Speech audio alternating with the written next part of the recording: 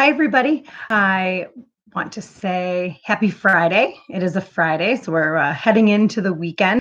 I was going to do a live, and to be honest, I had forgotten that Mrs. Brockdorf was going to be live, so I didn't want to, interfere with anyone being able to watch her, and took advantage myself of watching her live video, which was amazing. If you didn't get a chance to catch on, try going back to her page and rewatching it. It was about kind of lessening anxiety in kids, and she had been to a really great conference and was just sharing some of her major takeaways of how to lessen the anxiety for kids, kind of what a schedule might look like, how we as adults can, kind of help our kids through all this, which is what we want to do, and actually kind of revisiting and making the point too of kind of how important these connections are. I know it's not like seeing me in the hallway. It's not the same as high-fiving every day, but I encourage you to have your kids watch those teachers doing their read alouds and doing their math, or if your teacher is reaching out with Zooms, those Zoom meetings or whatever they're doing, to keep having that connection. This connection piece is what's so important. I'm working on a Biederman's Buzz right now that'll come out either later tonight or tomorrow, and it'll talk more about this in that. And I've shared something on Facebook already too, but the whole idea that we are really not in an academic crisis right now. We are in a health crisis right now. Academics, we will make it up. We will get there.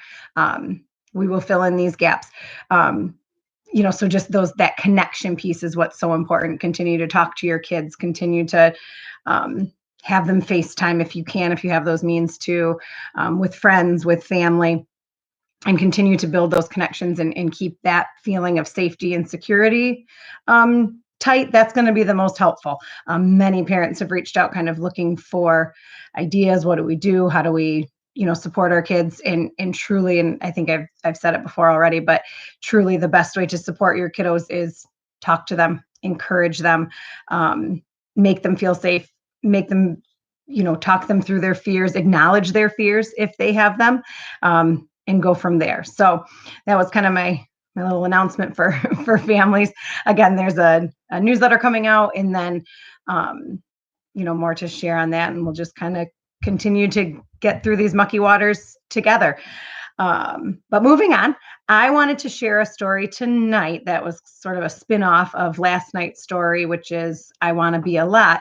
And Mrs. Furman shared that Cora has aspirations to be a doctor, which I said I think is amazing because she's so compassionate and would just make an amazing doctor. So I want to read a book called Doctor. So again, this is that story was about I Want to Be a Lot. That the little girl had all these careers she wanted to do, and one thing I want to encourage you to do in this time off is, in school you're told what you're learning. Really, you're told you're going to do OCR, you're going to do math, you're going to learn division, or you're going to learn the Revolutionary War. You're really directed on what you're going to learn. Right now, take time to learn what you want to learn. And hopefully Cora learns something, or all of you learn something from this book, and maybe a doctor will make your list of what you want to be. So again, the story is Busy People, and this is Doctor. When people are sick or hurt, Dr. Miranda helps them feel better. She works in a doctor's office. Good morning, doctor, says the receptionist. You have lots of people to see. It's going to be a busy day. Dr. Miranda's first patient has a swollen ankle. Oh dear, Olivia. May I take a look? Asks Dr. Miranda gently. She feels Olivia's leg and ankle, asking her where it hurts the most. Dr. Miranda thinks Olivia needs an X-ray. She tells Olivia's mommy to take her to the hospital. Just to check that nothing is broken, says Dr. Miranda.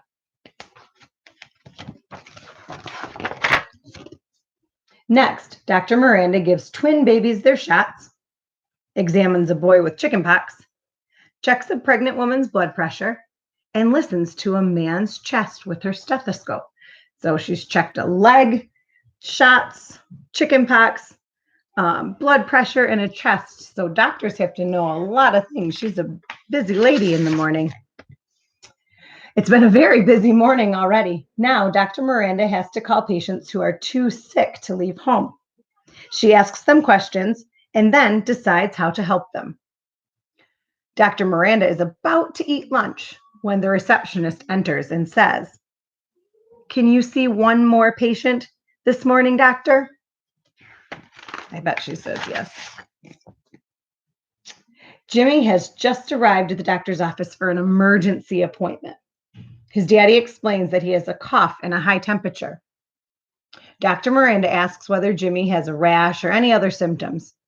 "No, he's just been sleeping a lot today, haven't you, Jimmy?" his daddy asks. Dr. Miranda takes Jimmy's temperature with a thermometer. Then she looks in his ears with the stethoscope. "Say ah," she tells Jimmy. "Ah," Jimmy says, opening his mouth wide. Then she looks at the back of his throat using a special stick.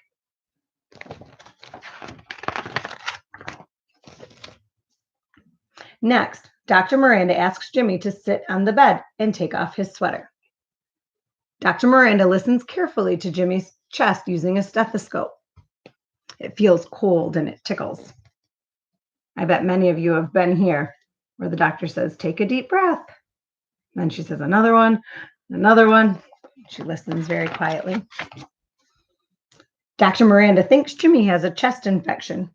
She writes him a prescription for some medicine and asks him to come back in a few days if he's not feeling better. "You should feel well again soon," she tells him, waving goodbye.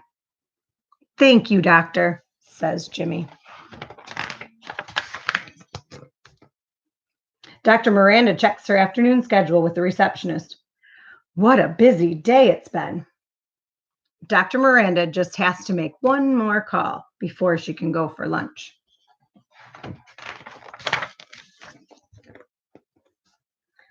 What else does Dr. Miranda do? So we heard a few things that doctors do, but besides that, they make house calls, sends people to the hospital if they need more care. She gives shots to keep people from getting sick. She gives people their test results. And this was says, what do doctors need? And she has a computer, tongue depressors, an otoscope looks in their ears, thermometer. She uses her telephone, prescription pad, and her stethoscope. So I'm hopeful that this book maybe had got you guys thinking maybe about being your doctor yourself. And I want to take an opportunity too. There's the doctors right now are really important people. We have some doctors and nurses, those first responders working really, really hard right now. So if any of you families are watching our nurses or doctors or those first responders, thank you for all you're doing. Like Dr. Miranda here, you're really helping people. And boys and girls, I hope that this book got you thinking about what you might want to be.